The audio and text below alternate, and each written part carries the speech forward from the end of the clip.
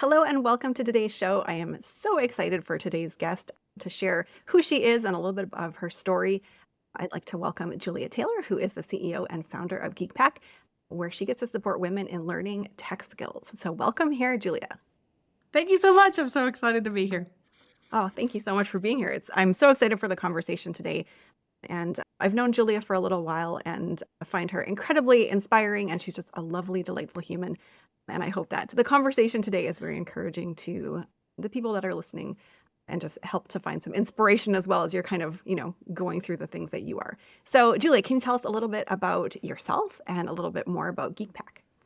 Yeah, of course. So I'm so excited to be here. Thank you, first of all, for having me. It's an honor. Let's see. Julia Taylor, the CEO and founder of GeekPack, and we are on a mission to close the digital skills gap, primarily for women and minority-owned entrepreneurs or anyone who is just getting started with a business.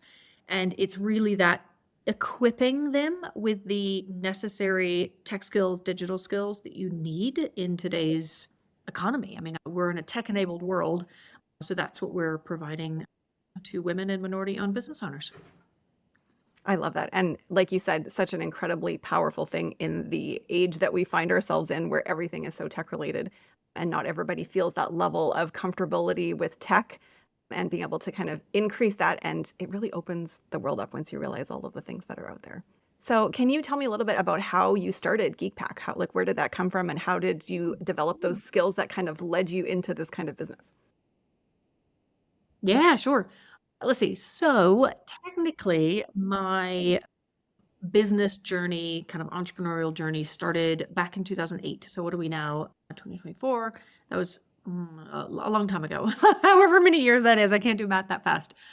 Because I used to work for the U.S. intelligence community, and I lived in D.C. And back in 2008, I deployed to Afghanistan, and it was my first deployment to Afghanistan. And while I was there, I met my now husband. He is British. He was in the military. He has since retired. But we met, we fell in love, and I ended up leaving my job in DC with the government. I moved to the UK, became a military wife, which I'm immensely proud of. But my career progression really took a nosedive. And I found myself kind of bouncing from 9 to 5 to 9 to 5 and didn't really have any excitement with my jobs. And I really wanted that kind of career progression back. So I ended up teaching myself tech skills using Google and YouTube, and I taught myself how to start a business. Back then, that's when I first started working with our joint kind of mentor business coach, Julie Chanel. So I started working with her way back in 2016 and taught myself how to build websites, how to code, how to do kind of techie stuff. I started a business, and then kind of fast forward to 2018, my husband retires from the military. We move into an RV and we decide to travel around the US to find out where we want to settle. And while I'm traveling, I'm sharing about my journey on social media, and people say, "We want to be able to do what you're doing. Can you teach us?" To which I said, "Yeah, sure." And that is where GeekPack came from. So we teach the same skills, and not only the tech skills, but also how to start a business, grow a business, so that women can have financial independence, they can have location independence, and they can kind of have that life that they want. So that's kind of my journey to where I am now. Oh, I love that. I think it's so interesting too how many businesses are really born out of kind of necessity or curiosity or those kinds of things. It's amazing how many people I speak with and how many business owners that I interact with that kind of say, I started this business because I was looking for something different.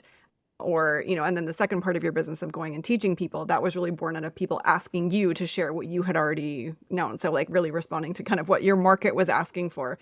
And I think that's just such an interesting way that businesses develop and that we're sometimes kind of pulled in directions that we didn't anticipate going in the first place, which is really, really cool.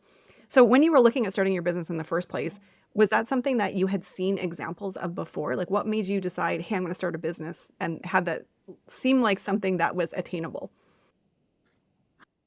I never wanted to start my own business. I never wanted to be an entrepreneur. It doesn't run in my veins, like you hear some people say. It was never something that I even remember to this day thinking to myself, I want to be someone's number two. I don't want to like be the one that starts the business. I wanted to be behind the scenes. And it was when I first started teaching myself all these skills and I learned how to build a website, it was a friend who said, "Oh, I need a website. Can you build it for me and I'll pay you?" And that's where I kind of thought, "Oh, hang on. Is that a business?" Because it hadn't occurred to me. I was learning all these skills in order to get a job.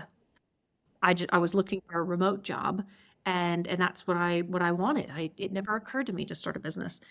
So I did that for him, and then that was around that time when our mutual business coach kind of I saw a Facebook ad for her, and it was, "Oh, I can have a business, and this is, I already know how to do this thing."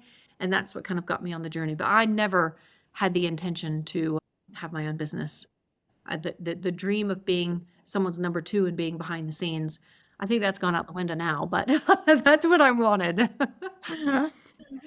That's definitely a big detour. I can definitely understand that. My husband always jokes that if I was going to write a book, it would be The Accidental Entrepreneur because I kind of stumbled into it as well. But I think sometimes that ends up with kind of the coolest stories and the neatest end results when we kind of, just find ourselves in those positions. Yeah. So as you were kind of learning how to do web design Yeah. and as you were, implementing this for the first person that had wanted you to build a site, what was it like going through and trying to teach yourself from YouTube? Were you excited about it? Was it frustrating? Like, how did you find that experience? Yeah.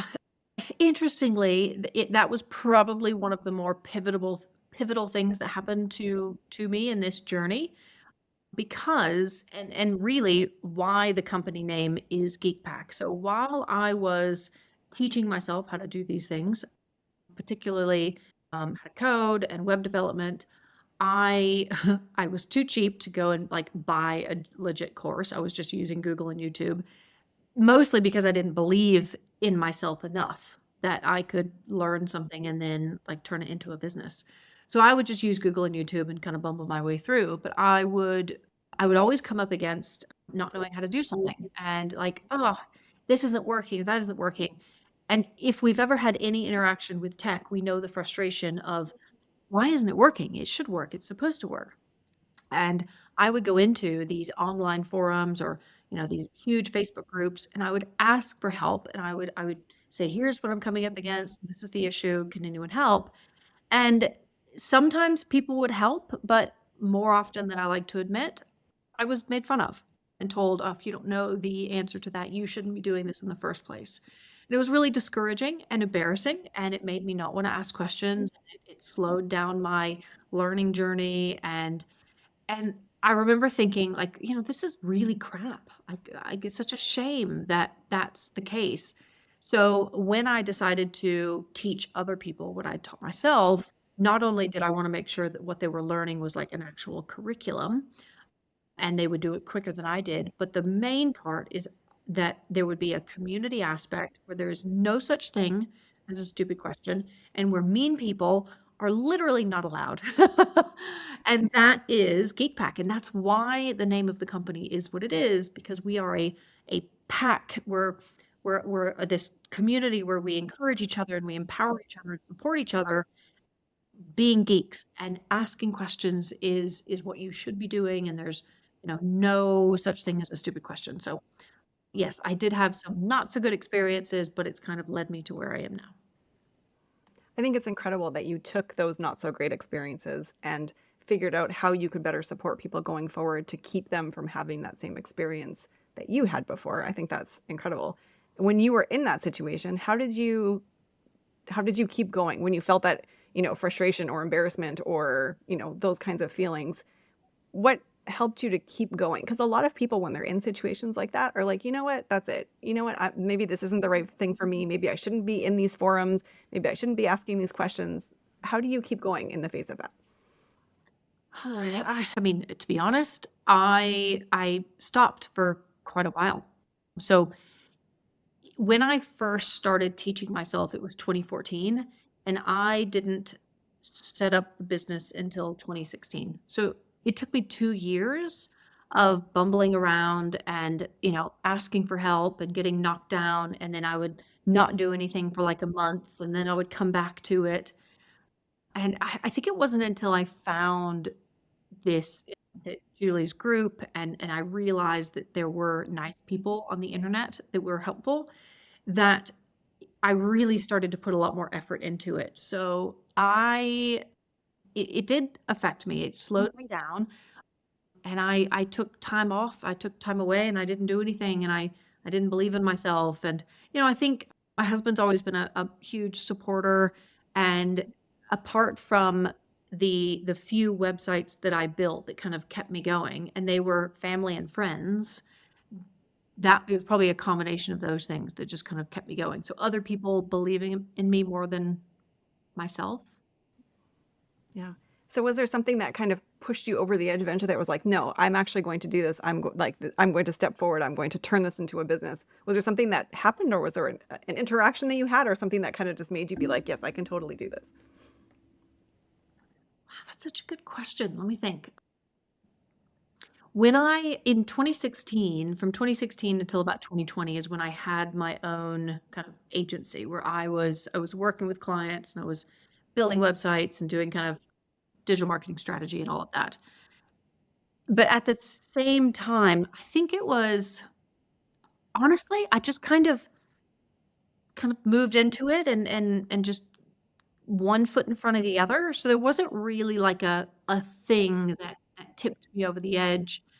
But as far as how the company is now, because I don't work with clients anymore, it's 100% just on the education side. It was absolutely in actually, we're coming up on our 6-year anniversary of GeekPack and the education side of the company. And it was 6 years ago when I attended one of the in-person mastermind events and I learned kind of how to do how to launch a product because that's what it was. And I just put it out there and it, I think we had like 60 people join in the first like launch. And it was when other people kind of said, yes, we believe in you. Yes, we like the way you do things. We want to be a part of what you're doing. That was absolutely the pivotal time of, okay, cool. This is a viable thing. I can teach other people to do the stuff that I taught myself to do and make that an impactful business. So that was a pretty cool thing 6 years ago. Mhm. I think sometimes we need to borrow other people's belief, as you kind of said, that sometimes it's hard to kind of stir that up in ourselves. But when other people can speak into you and say, no, you're completely capable of doing this, you have the skills, you have the abilities. And, obviously to get that kind of feedback on a course to launch it and have that many people join right away, that's amazing.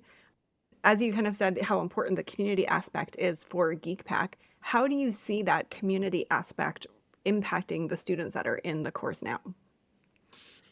Yeah, I think the biggest thing that we see is the peer-to-peer learning aspect is huge. And I don't think I ever would have realized how valuable that is, where when someone comes in and they're brand new and they're learning something they've never really done before or that they might have perceived as hard and they're learning and there's going to be frustrations and they're going to stumble, but when they come into the community and kind of ask a question, they the response that they get from other students, whether it's us or other students, and say, "Oh, I can help you with that."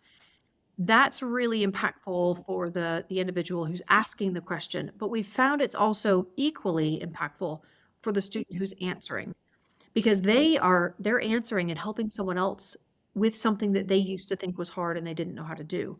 And it's that kind of that cycle where we have new students and past students helping each other out building confidence, it's just a real magical thing that happens in there. So, I think for a lot of people that I speak with who kind of have work in traditional places of employment or have more traditional businesses, I think one of the things that I hear a lot is in the online space, it must just be very lonely and isolating because you're always by yourself and you don't get to connect with people.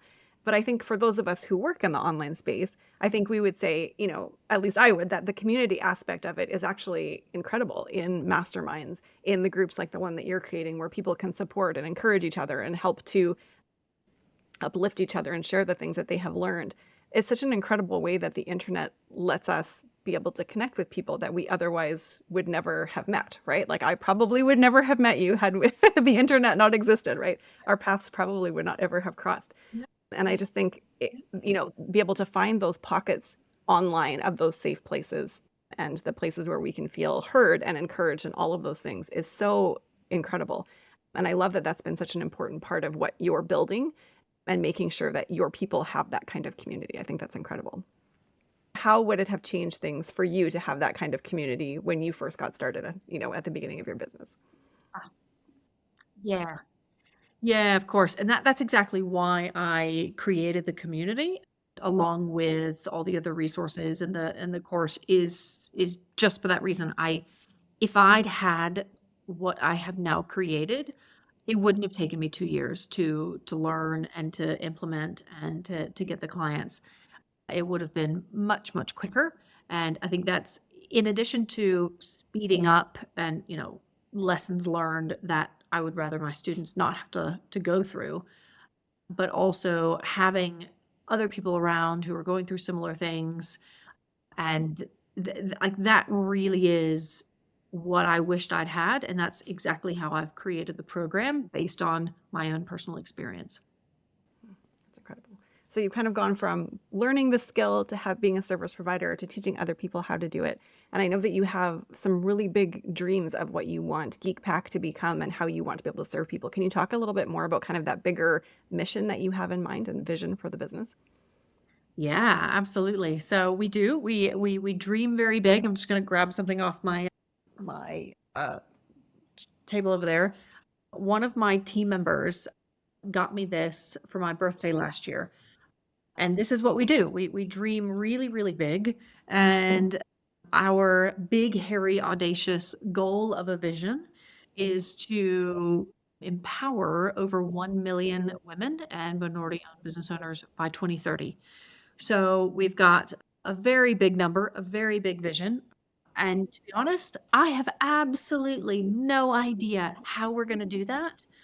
But that's okay because it gives me, I call them vision goggles, where I'm like, like the horse with the blinders, like that's what I'm going for. And when I have, conversations with potential corporate sponsors or nonprofits or whatever that looks like, because we work direct to consumer, but we're also looking to reach out to organizations so we can get our content in front of even more women, and that's kind of a direction that we're going in. That could be what unlocks 100,000 or 200,000 or whatever that is. So we're being very lenient on ourselves. We don't know exactly how we're going to do that, but it opens us up to saying yes to a lot of things we probably wouldn't have said yes to if we didn't have such a big dream.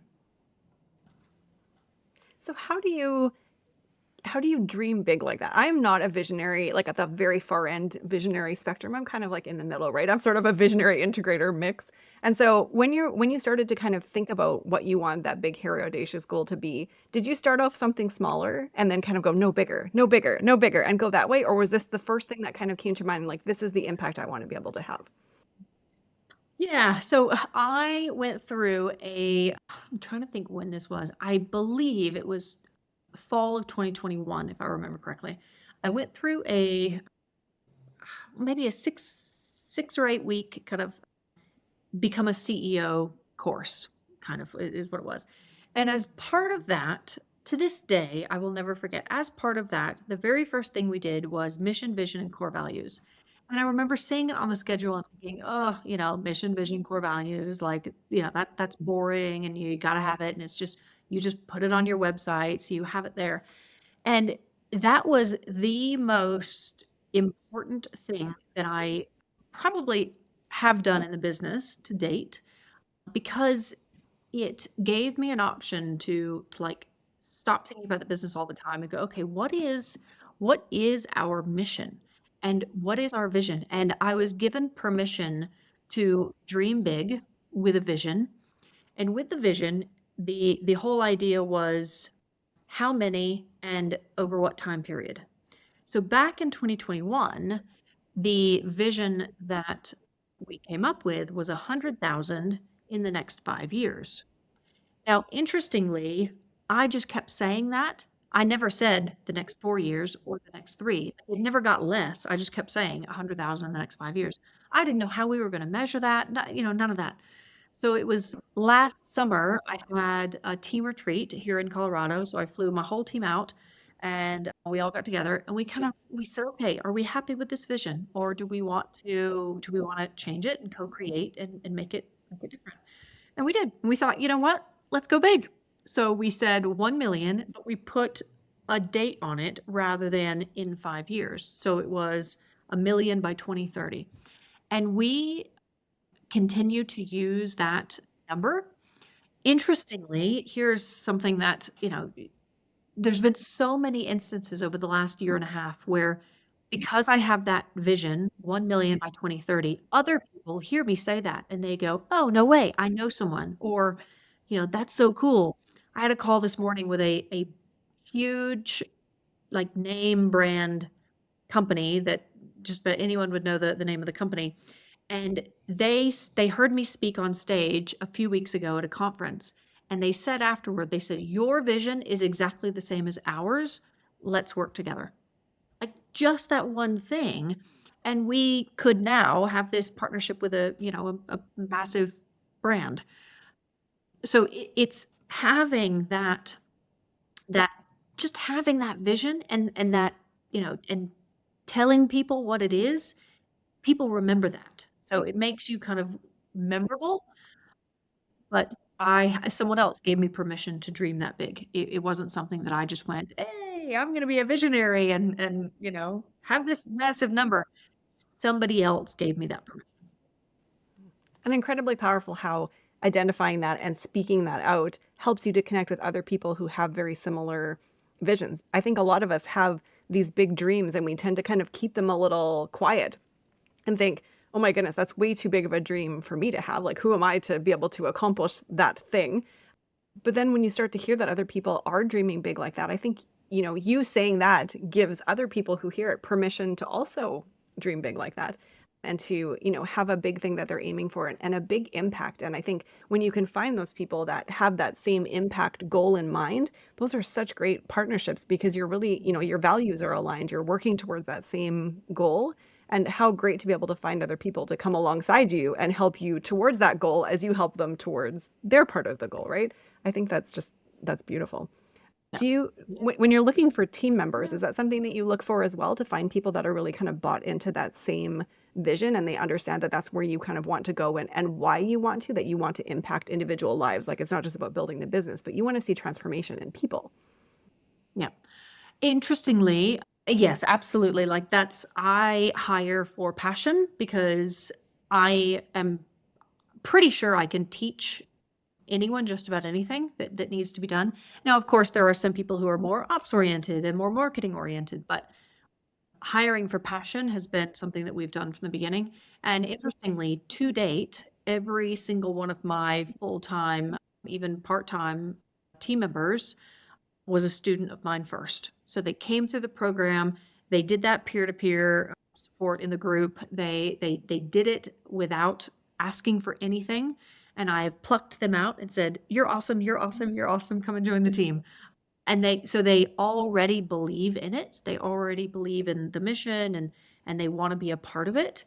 And I had probably a few months ago, I had one of our star students reach out, Facebook message, and she says, I've been delaying sending this message. I don't want to, I don't want to offend. I don't want to do anything wrong, but I just need to say, if you're ever looking for another team member, here's my experience. I would love to be a part of anything that GeekPack is doing. And you know what? She's now on the team. So she reached out and I went, "Oh, cool. I didn't know she was interested. We have a spot that is needed for her skill set and she's now a part of it." So I love that. I love getting to bring students on as team members because they love it and they believe in it. The power of shooting your shot, right? Of actually going for it and speaking it out and asking, again, I think that especially for people as they're starting businesses, that's something that's scary. It's a muscle you have to develop, right? Of, being okay with putting yourself out there and having somebody say no. And that's not a bad thing if they say no. It just means it's not the right opportunity, but that you get to find the next one that is a better fit and you've had the practice of asking and, that's always a good thing. So when you are kind of looking at, the next few years or even, kind of the next few months, how do you keep reminding yourself of that vision? Like on a day-to-day basis. That's one of the things I struggle with is like it's great to have like the overarching idea of things, but like practically on an ongoing basis when, your own tech in your business isn't working or something happens in the middle of a launch or something like that. How do you remind yourself that this is what you're working towards, that you can kind of keep going with like optimism and with excitement? Interestingly, it's exactly what I'm doing right now. It's speaking to people, saying the vision over and over again, whether it's podcasts or speaking at events on stage or networking. I was down in Albuquerque, New Mexico this past weekend for an event, and I said it, it was a grant. We were awarded a grant, and I got one of those big novelty checks, which was awesome. So I'm kind of holding that, and I had 90 seconds to talk about the company. And any opportunity that I get to speak in front of people, whether it's virtual or in person, I always throw in what our vision is. Because I need to be reminded, it's actually one of my KPIs, like as the CEO, one of my KPIs is how many times in a week am I saying what our vision is. It's good for me, it's good for my team to hear it and to see it. It's a good reminder, and it helps me keep, like, my priorities straight as well because, you mentioned, "Oh, tech's not working," or, something with the launch. Well, I'm fortunate in that there's people on my team that will handle that. I'm pretty outside of the day-to-day for the most part. So that frees me up. I mean, just today, I had that call with that big brand. I had another call with a fellow that I met in China for another fellowship program. And, like, I'm trying to do as my husband refers to it, as the up and out and be the visionary. And because talking to people and telling people what we do, that gets them excited and they want to be a part of what we're doing, which is going to filter down to my team and the brand and the community and the company. So it's trying to prioritize my time as the founder and where I should spend my energy versus kind of the day-to-day, which I love, like the nitty-gritty and the detail and the day-to-day, but that's not where I should be. So it's taken a long time for me to kind of get out of the day-to-day and focus on the up and out. Was it a bit of a process for you to be able to start letting go of things bit by bit? Did you have to be like super intentional with it? And did your team members have to kind of encourage you to let things go? How did you do that? Oh gosh, it's taken years, and it's not. I wouldn't say. I mean, it wasn't perfect. It was slow. It was clunky. It didn't work all the time. It was a typical kind of, like, I would say, "All right, you do it," and then I would get involved, and then they would ask me, and I would get involved, and I would say, "No, I don't want to be involved," and I would. It was a lot of back and forth, and I want to say we've probably been trying to figure it out for at least a couple years, and it's only been in the last, I'd say, well, genuinely this year, because I've traveled more for work this year than I ever have before. So speaking at conferences, going to events, all of those things require so much of my focus and energy because they exhaust me. So I pretty much just said I can't do all those things anymore because I have to do these things. It was a forcing function. Whereas if I'm here in my office, in my home all the time, I will just work all the time and I will get involved in the day to day. but I literally just don't have the time anymore. So it was a forcing function because I just haven't been around that much. I hope that's actually really encouraging to the people listening because I think that there's certain metrics or not even metrics, but things that happen in our business that I think we start to judge how good of a business owner we are based on our ability to do certain things. But everybody comes in with such different skill sets and experiences and personality types and all of the things that no two business owners really look alike, right? And if you are someone who loves the details, it's really hard to extricate yourself from that. Some people don't want the details and they're like, absolutely, somebody take it off my hands as soon as possible. But if you're the type of person who likes them, it is really, really hard to let go of them. And I think it's really encouraging to hear that, that's okay if that's where you're starting from, but it is possible to do it bit by bit. And whether the business forces you to do that or time constraints or other things like that, it's a process and it's something that you're always learning and growing in. It's not like you just snap your fingers and all of a sudden you're just this, world-class delegator. It's a process. So when you're talking about, having this mission and this vision and wanting to be able to have an impact of, these million women's or women or, other people who are kind of in areas that maybe don't have a lot of access to tech normally, what kind of impact are you hoping to see in individual lives? Oh yeah, great idea. So we're actually going through a process right now, and we're digging a lot deeper into impact measurement and impact metrics and what does that really look like? It's not just words on a website. What is that transformation? You said at the beginning, we're looking for transformational change in individual lives. So what exactly are we looking for? We're looking for how many women started a business, how many lasted beyond that kind of crucial 1 year mark. Do they have increased revenue than what they had before? And are they creating jobs? Are they kind of hiring more people?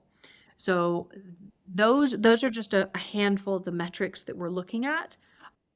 There's so many others that, let's see, those are quantitative metrics. We have lots and lots of qualitative metrics. We have testimonials, we have the storytelling, we have case studies where, and like confidence building, like it's hard to measure confidence, isn't it? Like, how many jobs did you create? 4. How much did your confidence increase? It's just not as tangible. So we were looking at impact from both qualitative and quantitative perspectives and trying to kind of marry the two because storytelling is so powerful, but data is also very powerful. So we want both, and we want to make sure we kind of bring those together as we kind of continue into the future. Well, my numbers nerd heart is very happy to hear that because I think that the numbers are really important to tell those stories and to be able to rely on. And I love that you're measuring things that are a little bit different. Like a lot of businesses just kind of look at their own metrics, their sales, their marketing metrics, those kinds of things. And I love that you're really focusing on your students' results as well to be able to say, how well are we actually fulfilling that? It's one thing to get somebody into a course. It's another thing to be able to help them affect enough change in their lives that it's going to have a long-term impact, right? And so I think that's incredible that you've been able to kind of focus in on that and really prioritize their success as a metric of your business's success overall. So I think that's amazing. And not a lot of businesses are able to kind of make that shift and that change.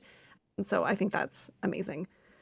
For the students that are in your course right now, can you give a couple of examples of things that they've accomplished or some of the most, I don't know, interesting or encouraging results that you've seen from your students? Like when you see something in the Facebook group or you see a result, what's the kind of thing that just like lights you up and you're like, I'm going in the right direction because this is having an impact? Yeah, oh, so many. It's one of those moments where like all these student faces like flash before my eyes.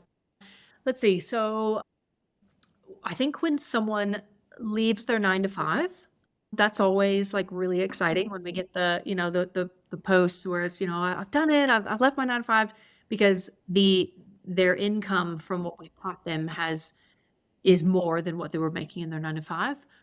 When they get their first client, that's always like an awesome win. When they like legit start the business, so they decide on their business name, they go and get the LLC, they get the business bank account, like all of those kind of, boring things that really need to happen, but also we want our students to do that because there's an identity shift. Like when you set up a business, you step into that like identity of a business owner. You think like a business owner, you make decisions like a business owner. So we want them to do that early on. When they hit revenue targets, revenue goals, those are always exciting, whether it's, I just charged my first, 5 figures for a website or, those sorts of things. And then we get so many where it's, I went to an in-person event and I spoke to someone and I told them what I do. Like even just those, I say small, it's not small because for a lot of us, in-person events are difficult and networking is just outside of our comfort zone. And I constantly kind of challenge my students, like join the Chamber of Commerce, go and sit down and ask a stranger, what do you do? Because more than likely they will ask you what you do, and then you can tell them what you do.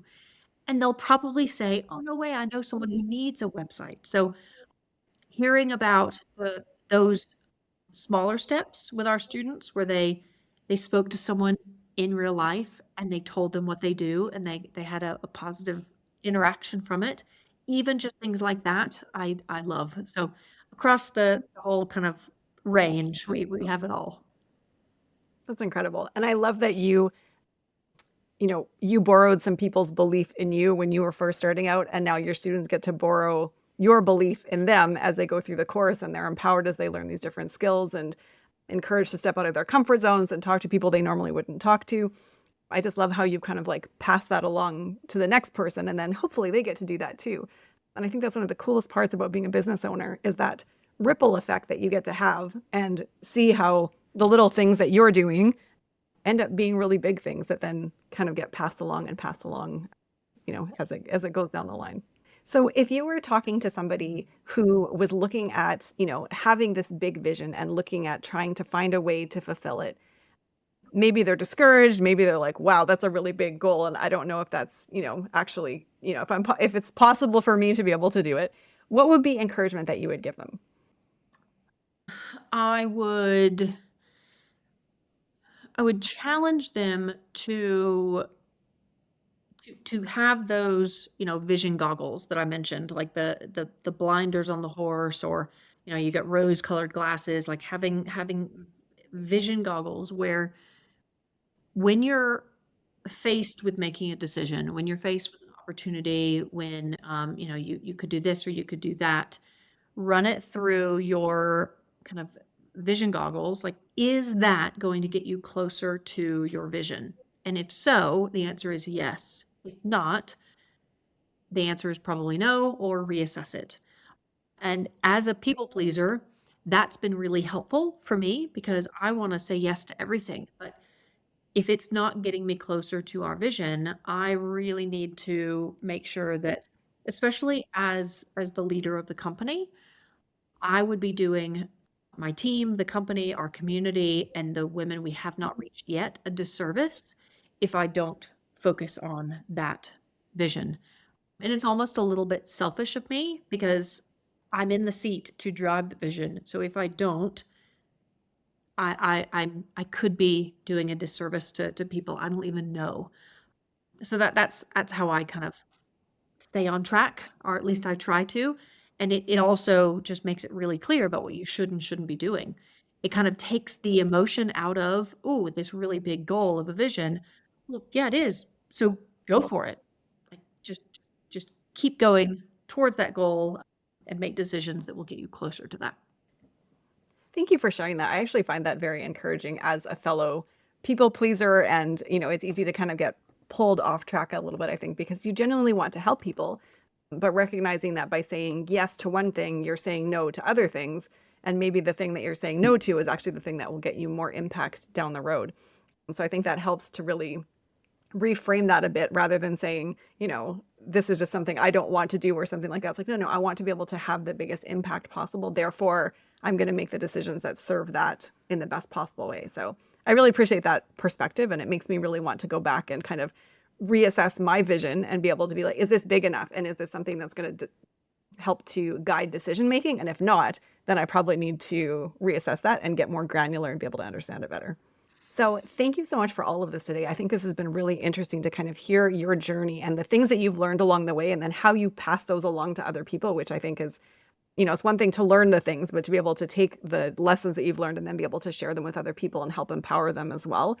That's just incredibly inspiring. And I really appreciate you sharing all of that.